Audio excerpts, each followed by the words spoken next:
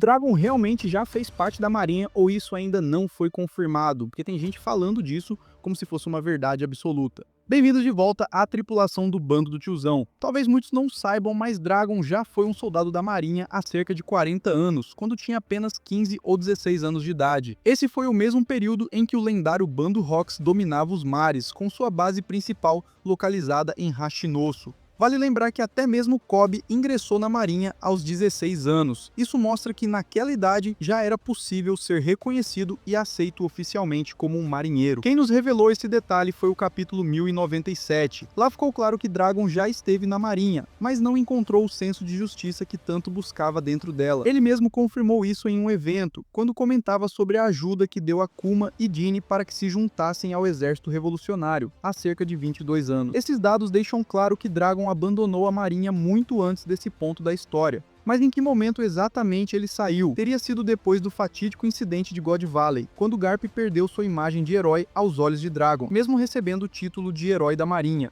Pode parecer contraditório, afinal Dragon deveria se orgulhar do próprio pai ser reconhecido mundialmente, mas para ele aquilo foi uma vergonha, não uma honra. Existem muitas razões para Dragon ter deixado a Marinha, mas o papel de Garp nesse rompimento foi decisivo. O que será que Dragon sentiu há 38 anos naquele dia fatídico? É exatamente isso que vamos analisar mais a fundo neste vídeo, e quem sabe ainda tenhamos um flashback sobre esse passado nos próximos capítulos, talvez até envolvendo o Bando Hawks. Aliás, deixa eu aproveitar rapidinho para agradecer aos membros do canal que sempre dão aquela força. Vocês são parte essencial dessa tripulação, e já comenta aí de qual lugar você está assistindo. Vai que o amor da sua vida também tá aqui nos comentários só esperando por você. Agora eu sei que você já tá com aquele cafezinho na mão, então bora mergulhar juntos na reação de Dragon, porque o negócio vai pegar fogo, meus amigos. Voltando à história, há 55 anos, Dragon nasceu no reino de Goa, localizado no East Blue, um lugar marcado por uma divisão social brutal. O próprio Dragon descreveu Goa como um retrato em miniatura do mundo de One Piece. Enquanto a nobreza vivia em castelos cercados por muralhas, levando uma vida de luxo e excessos, os plebeus comuns mal conseguiam sobreviver. Pior ainda, em Goa existia o famoso lixão do Terminal Cinza, onde todo o lixo da nobreza era jogado sem dó,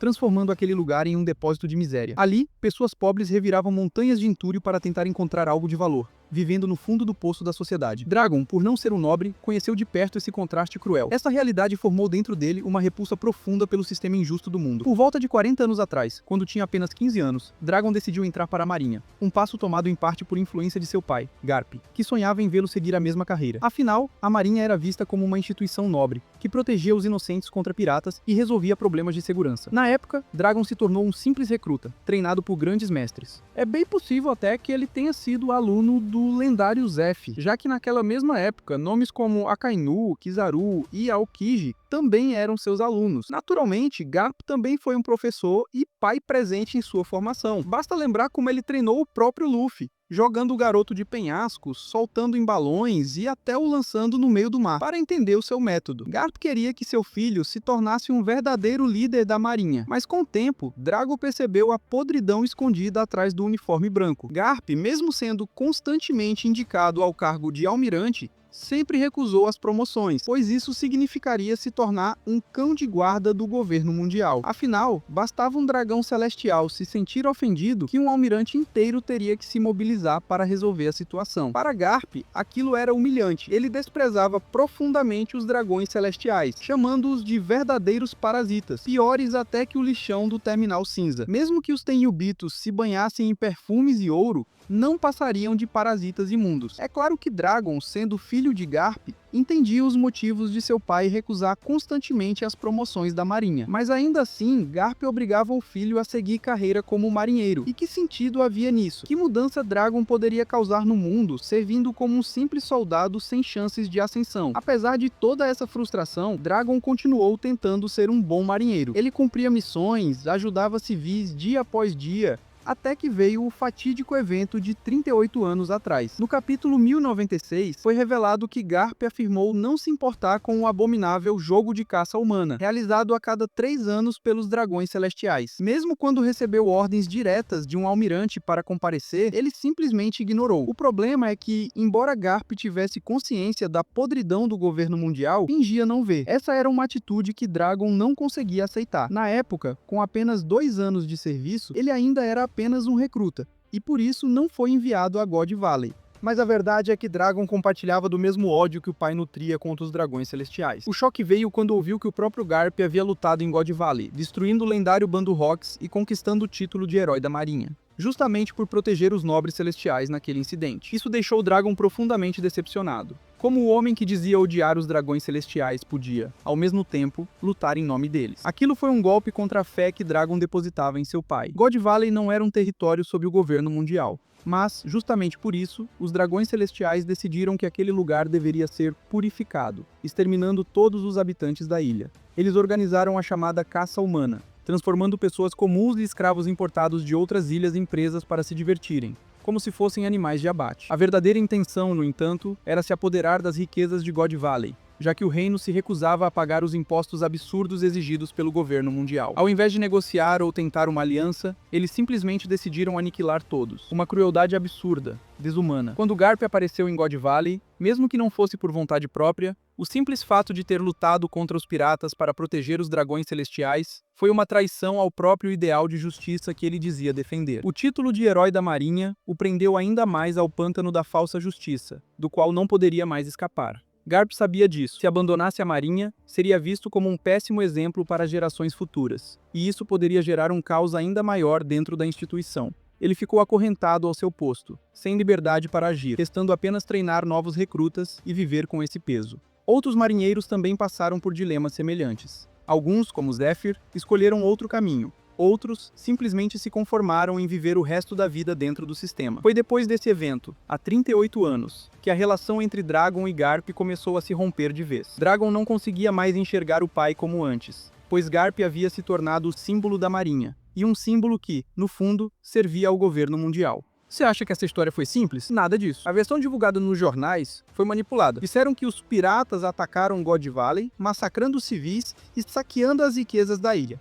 e que Garp havia sido o grande salvador que impediu um desastre maior. Mas a verdade é que sua maior conquista foi proteger os dragões celestiais. Isso sim era o destaque que o governo mundial queria propagar. Essa propaganda enganosa serviu para consolidar uma mentira, que a marinha existe para proteger o povo, quando na verdade sua função primordial era defender os nobres celestiais. Essa narrativa enganou até mesmo os vice-almirantes mais fiéis, mergulhando-os em uma justiça cega, da qual não conseguiam escapar. Somente aqueles que foram treinados pessoalmente por Garp percebiam sua contradição, odiando os Tenryubitos em particular, mas ao mesmo tempo protegendo-os nas missões oficiais. Dragon não podia aceitar essa hipocrisia. Para ele, era inaceitável que a justiça fosse distorcida dessa forma. Por isso, decidiu abandonar a marinha, rompendo de vez com o legado do pai. Pouco tempo depois, fundou o Exército Revolucionário, reunindo guerreiros dispostos a lutar contra o governo mundial. É claro que God Valley foi apenas uma das peças-chave na transformação de Dragon. Outros eventos, aliados e desilusões também contribuíram para que ele se tornasse o homem mais procurado do mundo. Mas uma coisa é certa, Dragon percebeu que a marinha podia até proteger civis no dia a dia, mas, quando o governo mundial estava envolvido, os marinheiros não passavam de armas a serviço dos nobres. Essa conclusão o aproximou de figuras históricas, como Rox, que também sonhavam em derrubar o governo mundial. Só que, diferente de Rox, o objetivo de Dragon nunca foi se tornar rei do mundo, e sim destruí-lo para reconstruir algo novo. Pensem bem,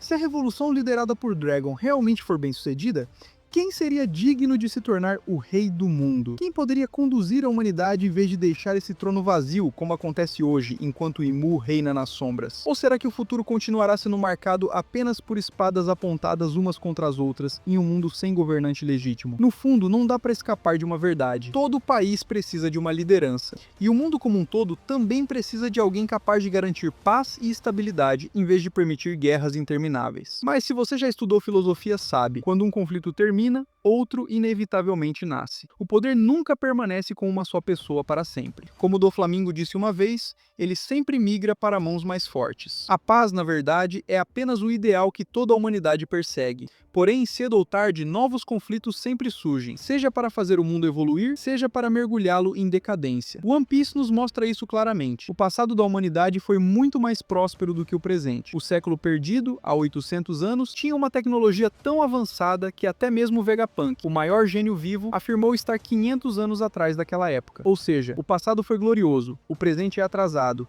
e o futuro ainda está em aberto. Quem quer que conquiste o poder na próxima era decidirá o destino do mundo. É por isso que tantos buscam One Piece, não apenas o tesouro de Roger, mas o meio para derrubar o governo mundial e tomar seu lugar. Dragon é um dos candidatos mais fortes a essa liderança. Seu exército revolucionário já conta com o apoio de vários reinos e cresce a cada dia. Não podemos esquecer, 800 anos atrás, 20 reinos se uniram para derrotar o reino antigo e criaram a falsa paz, que dura até hoje. Eles ergueram um trono vazio, mas deixaram o verdadeiro poder nas mãos de Imu. Então, será que Dragon seria capaz de se tornar um governante justo, um líder iluminado, diferente daqueles que o precederam? Essa é uma pergunta difícil. One Piece está entrando em sua fase final, e pode ser que ainda vejamos flashbacks envolvendo Dragon em capítulos futuros, revelando detalhes decisivos sobre sua verdadeira ideologia. E aí? O que vocês acham? Dragon realmente foi um marinheiro no passado, como vimos no capítulo 1097? Ou será que Oda ainda guarda mais segredos sobre essa fase da vida dele? Será que o rompimento com Garp começou mesmo em God Valley, 38 anos atrás, ou existe outro evento que ainda não conhecemos? Deixem a opinião de vocês aí nos comentários, porque eu quero muito saber como a tripulação do bando do Tio Jorge interpreta essa parte da história. Se curtiu essa análise, não esquece de deixar o like, se inscrever no canal e ativar o sininho para não perder nenhum vídeo sobre o exército revolucionário, Dragon, Garp e os segredos do século perdido em One Piece. O futuro do mundo está nas mãos de Dragon, mas será que ele será o salvador ou apenas mais um governante no ciclo eterno do poder?